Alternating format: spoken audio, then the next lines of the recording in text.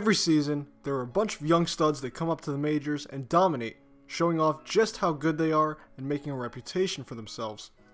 2 years ago, it was Aaron Judge and Cody Bellinger. Last year, it was Ronald Acuna and Juan Soto. So who will it be this year? Well, that's exactly what we're going to try and find out. We're going to be looking at the 10 prospects who have the best chance of making an impact in the majors in 2019. So without wasting any more time, let's get right into it. The first prospect on our list is also the #1 prospect in all of baseball, Vladimir Guerrero Jr. of the Toronto Blue Jays organization. We've already had a slight taste of how good he can be, as he put together a nice spring training last year, but it looks like 2019 is going to be the year he finally makes the leap to the majors. On the 20 to 80 scale, his hit is graded at an 80 and his power is graded at a 70, which is just kind of stupid in a good way. He's only 19 years old and he tore up AAA last year. The Jays got themselves one hell of a prospect here, and a future star with Vlad, who's going to be a monster just like his father. Next up, we have another junior, Padres stud prospect Fernando Tatis Jr., who's ranked #2 among all prospects in baseball. Now, he's only made it up to AA so far, but he does play on the Padres and they need all the help they can get. So it's rather likely that he'll get some action in the 2019 season. He's graded pretty evenly across the board, with 60s in all categories except for fielding, which is at 55. The Padres don't necessarily have a great shortstop at this moment, so barring any Manny Machado signings, Tatis Jr. and his good bat should be making his way up very soon. Up next, we have a prospect that has been garnering high praise for the last few years, and he's practically knocking on the door to get into the majors. It's Eloy Jimenez, #3 overall prospect for the Chicago White Sox. He's made his way up to AAA now, and he absolutely killed it there, hitting .337 with 22 home runs. Scouts are comparing his pop to that of Giancarlo Stanton, but while noting that Jimenez is a better overall hitter, being able to recognize pitches much better than Stanton is. On the fielding side of things, he's not the best, but his bat is so special that the young rebuilding White Sox might have no choice but to call him up in the 2019 season. With Bryce Harper more than likely departing from the Washington Nationals, it perfectly opens up the doors for #4 overall prospect, Victor Robles, to make his way to the major leagues. A fantastic fielder and a pretty good hitter, Robles also happens to be extremely fast, having a speed compared to that of Trey Turner.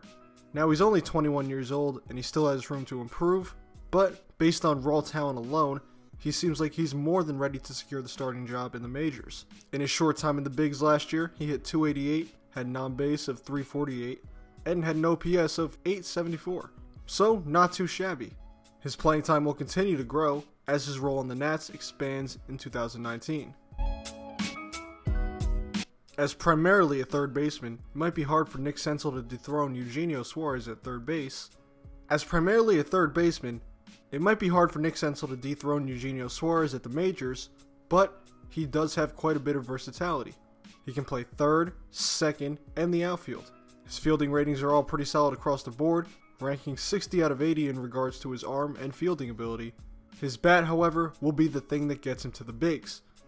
He put up solid numbers in AAA last year, hitting .310 with an on-base of .378 and an OPS of .887 in 44 games. Match this with his potential to be a utility player, and you have someone that's going to get some playing time in the major leagues next year, with the potential to make a serious impact. Although Rodgers didn't do very well in AAA last year, he now has a better chance than ever to force his way into the majors, with the departure of DJ LeMahieu. The signing of Daniel Murphy makes this a bit tougher for him to pull off, but Murphy can be shifted to play first base whenever. Regardless, Rodgers has been one of the highest rated prospects since he was drafted in 2015, so it's becoming time for him to show just what he can try and do to get to the highest level. And being a former first round pick, we certainly know that the talent level is there. Sometimes reality isn't what we want it to be, and the reality for the Toronto Blue Jays is simply that they are not going to be very good next year. So it might not be a terrible idea for them to start calling up the young guns. Behind Vlad Jr., Bichette's been making his way through the minors, and if he keeps going at the same rate, he'll be in the majors in no time. Last year, he led the Eastern League, which is the Double A league, in, get ready, hits, doubles, extra base hits, runs scored, and total bases. Not to mention he also finished second in steals. His hitting ability is going to propel him into the major leagues, and once he gets there, it's only going to get better. So there's a good chance he finds his way onto the Jays roster in 2019. Mejia has been one of the best catching prospects for the last few years, and he has the stats to back it up. In AAA last year, he hit .293 with 14 home runs and an OPS of .809. So he's definitely capable offensively speaking, and especially for a catcher. His best quality, however, is his arm, which is ranked at 70 on the 20 to 80 scale. So we have a catcher who's a good hitter, with a cannon of an arm, and the Padres have said that he will continue to play at the catcher position in the future. If he continues to play like this, and better, then Mejia is going to be a staple at the catching position for years to come. Despite having to deal with numerous injuries throughout his young career, Alex Reyes has shown flashes of brilliance in his short time spent in the big leagues.